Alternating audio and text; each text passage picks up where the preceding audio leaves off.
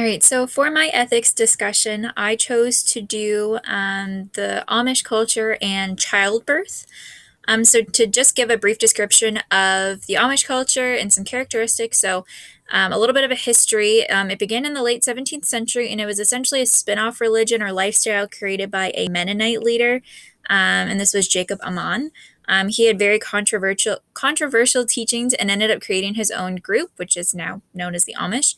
This culture began in Europe and then emigrated to North America. There was another divide in the 19th century, separating those willing to accept social change and technological advances, which are now known as the New Order Amish, and those who were not, which are known as the Old Order Amish. And currently, there are now roughly about 250,000 Amish people living between the United States and Canada, most of which are Old Order Amish. So the Amish, they focus greatly on a sense of community and separation from the outside world. Shunning is still a very frequent form of disciplinary action for members that do not follow the rules. And Old Order Amish, they use either horse-drawn buggies and bicycles for transportation, do not have electricity, but New Order Amish allow using a car, electricity, and having a phone within their home. So their appearance is essentially identical to what would have been worn by 17th century peasants.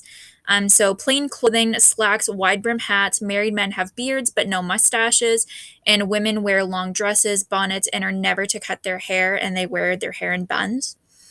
So they often make their own clothes and they farm for most of their food as well. They only buy what essentials they can't produce themselves, so things like flour, sugar, things like that.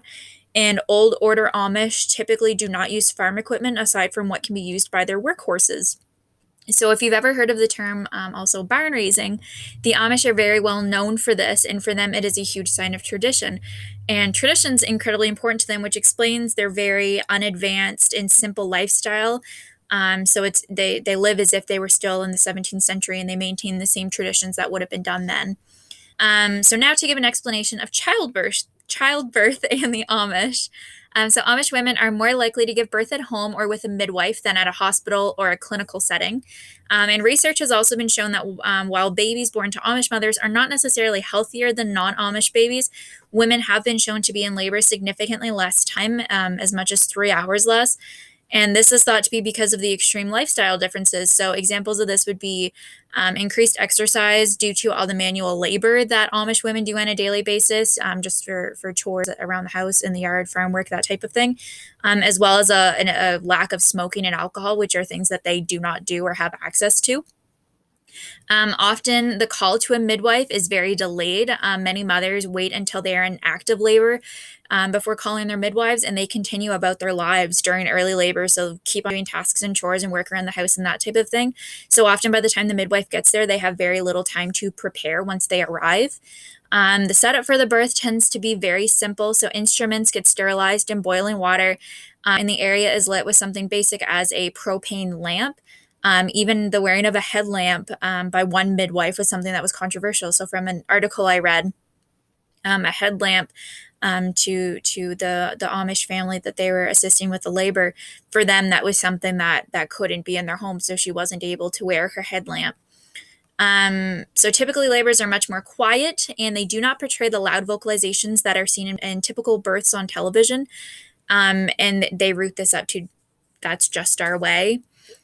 So it's just a very simple part of everyday life to them almost. Another thing, often women birth on what is known as a birth stool, which is essentially a horseshoe-shaped seat that puts the birthing mom in a low squat position, but it still offers her support, so she doesn't have to hold herself there. She can rest on the seat, but then it leaves the birth canal and everything open, so that way the baby can be delivered right on that stool. There's a level of maintaining privacy and secrecy concerning childbirth. So one particular midwife stated in an article that I read that they would often be in a separate room or out on the porch listening to just changes in vocalizations and breathing from the birthing mom, and would only enter to aid in the actual delivering of the baby. So they would offer guidance on when to push, when not to push, and how to push.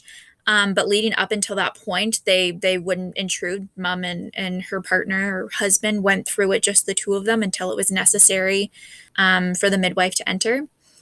Cervical exams are highly uncommon and often considered unnecessary. And the husband would be there for support, but often within the hour after the baby was delivered, he would return to work or whatever business he was doing. And this just goes to also prove that childbirth is just considered a very simple, basic part of life. Kind of just, it's not something to make a big fuss over. We just carry about our day. So now comparing it to my own culture, I have two similarities and two differences. So the first similarity that I have here, so in my culture, which I would consider to be Atlantic Canadian, midwives are something that are not unseen. However, obstetricians and doctors delivering babies in a hospital setting is definitely much more common. Midwives are covered by Medicare in New Brunswick. And a woman does have the option between choosing between a midwife or an obstetrician for prenatal care and delivery. In Fredericton specifically, if you do choose to have a midwife, you actually have the option between having a delivery at home or at the Dr. Everett Chalmers Hospital with your midwife. And then the first difference I have here is that although both cultures have midwives, although the Amish utilize more midwives and hospitals less, the role of a midwife is different between a non-Amish birth and an Amish birth.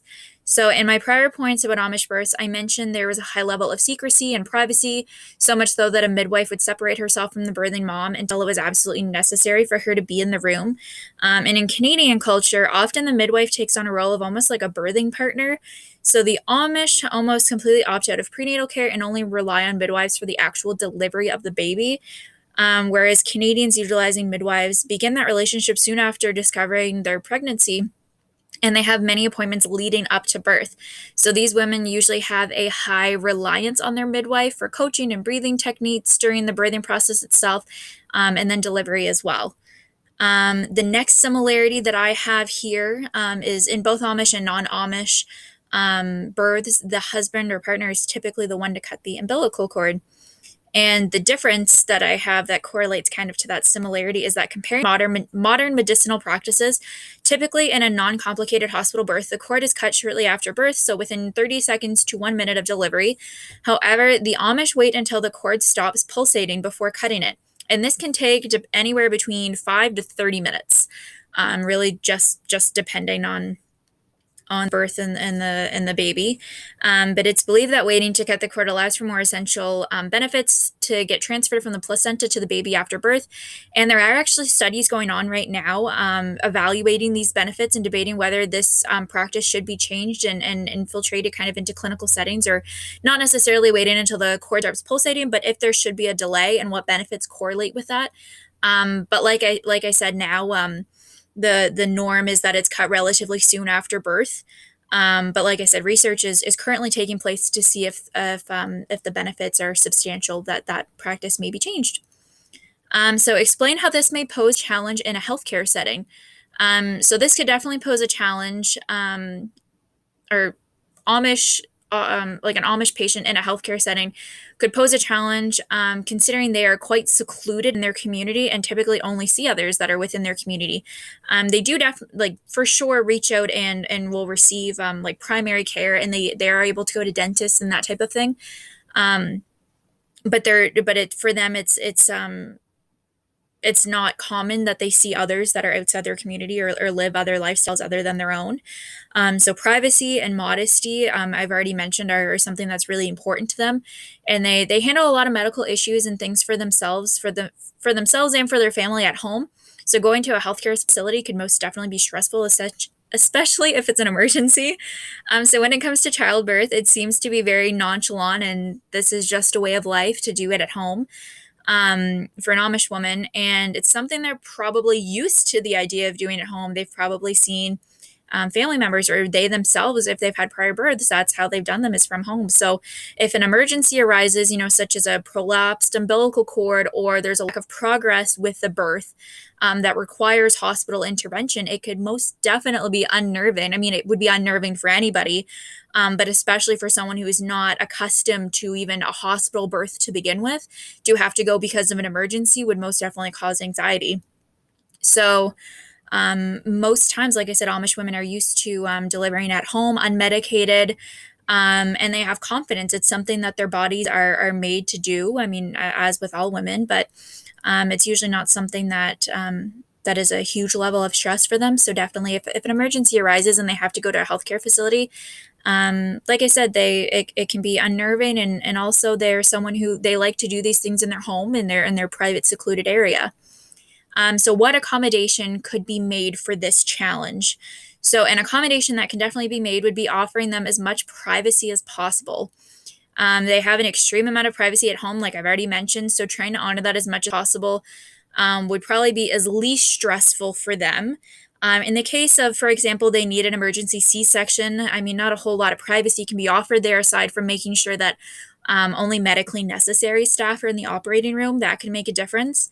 But then during recovery, as long as it is safe, which I have safe underlined, as long as it is safe to do so, offering mom, dad, and baby as much privacy to recover as possible, I'm sure they would greatly appreciate. Um, while making sure, of course, we're still, of course, doing our minimal check-ins and ensuring they have a call bell. I mean, those are things that we're definitely going to do. But even if it's something that if they have visits from different nurses and doctors coming in, even if we could just try to align those visits so there's just one intrusion all at once, and then we can leave them for a little while before intruding, rather than people constantly going in and out of their door.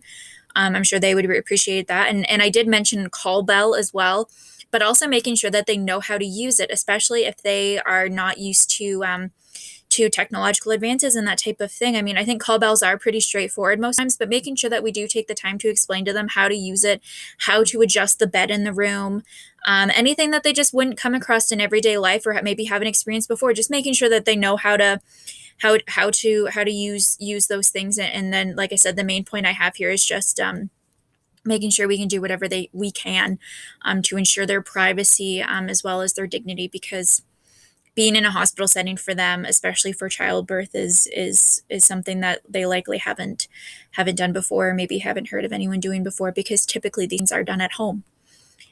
So now my definition of cultural competence and why it is important. So cultural competence means not only being aware of culture, it also is knowing of accommodations that can be made for our clients that are culturally diverse, and also making those accommodations. So we have knowledge, recognition, and action. So being knowledgeable of culture, recognizing what we can do, and then actually doing it. So another aspect to this also involves knowledge of your own culture, and this is important just for evaluating your own potential biases and your own privilege. So acknowledging how significant how significant of an impact that culture can have in someone's life is something that we can often identify by evaluating our own culture and what that means to us. And like I said, too, recognizing your own privilege and your bias, especially when you're dealing with maybe minority groups, that's going to be really important as well. So it's important in the nursing profession because it allows us to be better and be more sensitive healthcare providers. So nursing is definitely not a cookie cutter career. Each client that we see will have different needs and need to be looked at holistically. And culture has a huge part of so many aspects of a person's life.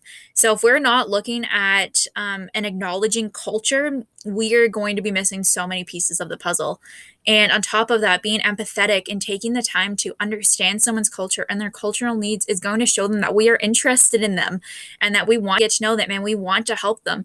And that's going to really contribute to establishing that therapeutic relationship with our clients, which is also 100% going to improve the care that we are able to provide for them.